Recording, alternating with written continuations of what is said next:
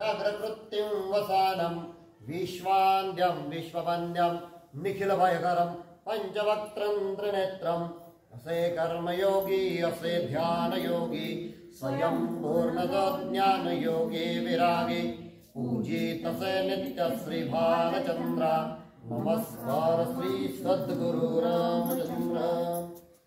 बुद्धिदाता भालचंद्र गजानन पूर्णवादाचार्य परम पूजनीय जीवन सम्राट सद्गुरु समर्थ डॉक्टर रामचंद्र महाराज पूर्णवाद वरदेशनु शिष्यवत्सल सद्गुरुनाथ विष्णु महाराज आदरणीय गुणेश दादा आदरणीय कांदा दादा मोक्षश्री विभूताई व ज्यांच्या कृपा छत्राखाली आपण आज हा अभ्यास करत आहे ते ऋषीवर्य कैलासवासी बापूसाहेब नगरकर व ज्यांच्या पुण्याईनं मला या अभ्यासाची संधी मिळाली ते माझे वडील तीर्थरूप कैलासवासी अण्णा यांच्या चरणी नतमस्तक करून इथे उपस्थित असलेले श्री घोडके काका व सौभाग्यवती काकू यांच्या चरणी मी नतमस्तक होतो। त्याचप्रमाणे मला आशीर्वाद देण्यासाठी आलेले आमचे नवले आजोबा आणि आमचे भाऊजी व त्याचप्रमाणे इथे उपस्थित असलेले सर्व मातृवर्ग।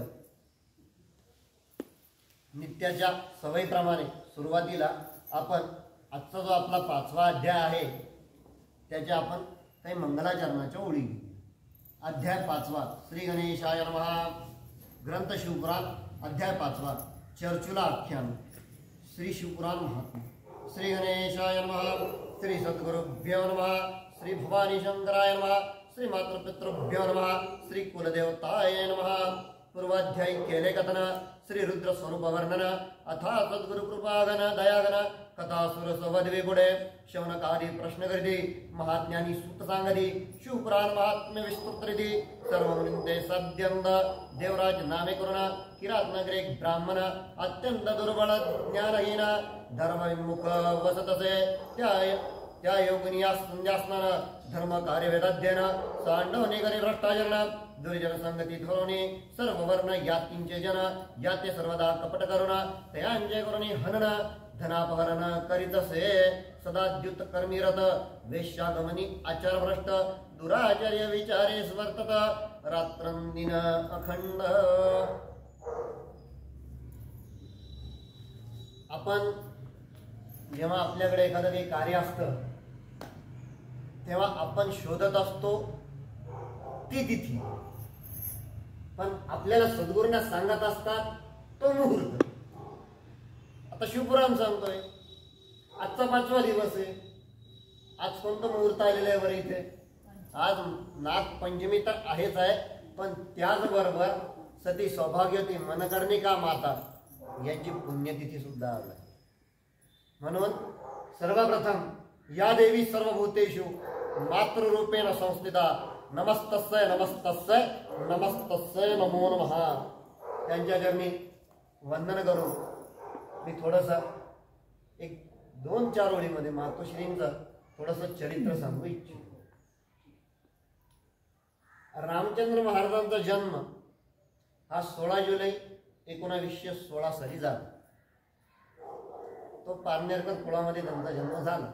तसाच मातोश्रींचा जन्म 20 जुलै 1920 साली झाला। 2च तारखा लक्षात ठेवायच्या, रामचंद्र महाराजांचा 16 आणि मातोश्रींचा 20। इकडे 1920 तिकडे 1916। मातोश्रींचा जन्म झाला ते सुद्धा एका वैदिक घराण्यामध्ये आणि ते सुद्धा अंमळनेर या क्षेत्री त्यांचा जन्म झालेला आहे। अण्णासाहेब भट म्हणजे धर्माधिकारी, त्यांचं नाव अण्णा भट या नावाने सर्व त्यांना अंमळनेर क्षेत्रीय ओळखतात। त्यांच्या 3 कन्या त्यांना होत्या, पैकी त्या कन्यांपैकी एक जी कन्या आहे तिचं नाव आहे मनकर्णिका। तिला सर्वजण लाडानं मनू असं म्हणतात।